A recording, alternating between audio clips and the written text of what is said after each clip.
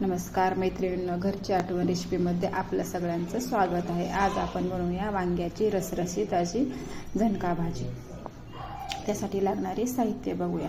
आपण इथे एका मिक्सरच्या भांडीमध्ये अद्रक, कोथिंबीर, लसूण आणि खोबरं याचं वाटण बनवून घेऊया।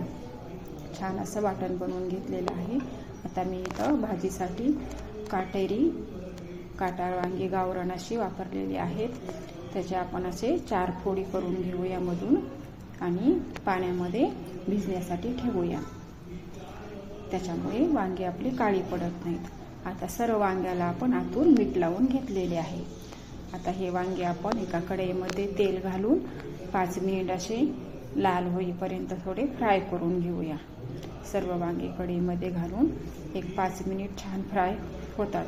त्यासाठी आपल्याला वांगी परत शिजण्यासाठी जास्त वेळ लागत नाही। हे आपलं वाटण बनलेलं आहे, तोपर्यंत आपले वांगे पण छान फ्राय झालेले आहेत। आता आपण हे वांगी छान असे काढून घेऊयात। एक 5 मिनिटात होतात आपली वांगी छान लालसर। आता या आपल्या त्याच कढईमध्ये आपण थोडीशी जिरे, मोहरी टाकून घेऊया। कढीपत्ता टाकून घेऊ। थोडासा लालसर तडतडला की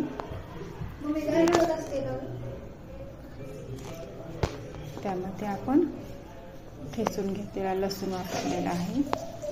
लसूण थोडासा लालसर झाला की आपण कांदा पण घालून घेऊया। कांदा थोडा परतला की लगेच टोमॅटो पण घालू। कांदा टोमॅटो 1 मिनिटभर आपण छान परतून घेऊया। यात आपण एक पाऊण चमचा हळद घातलेली आहे आणि 2 चमचा लाल तिखट वापरलेला आहे। तुम्ही काळा मसाला पण वापरू शकता, मी इथे लालच वापरलेला आहे।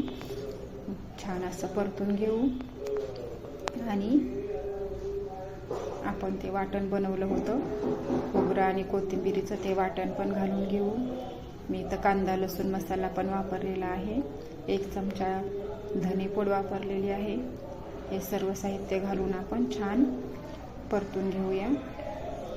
1 मिनिटभर असं छान तेलामध्ये परतून घेतल्यानंतर आपण याच्यामध्ये 1 वाटी शेंगदाण्याचं कूट घालूया आणि लगेच आपण फ्राय करून ठेवलेली वांगी पण घालून घेऊया आणि आपल्याला पाहिजे तेवढं आपण याच्यामध्ये गरम पाणी घालून घेऊ आणि 5 मिनिट शिजायला ठेवतात। आपण वरतून 1 चमचा मीठ पण घातलेले आहे आणि 5 मिनिट शिजत ठेवूया। चला तर 5 मिनिट झालेले आहेत। वांगी पाहूया कशी शिजलेत। बघा छान अशी रस्सा भाजी झालेली आहे। काढून घेऊया।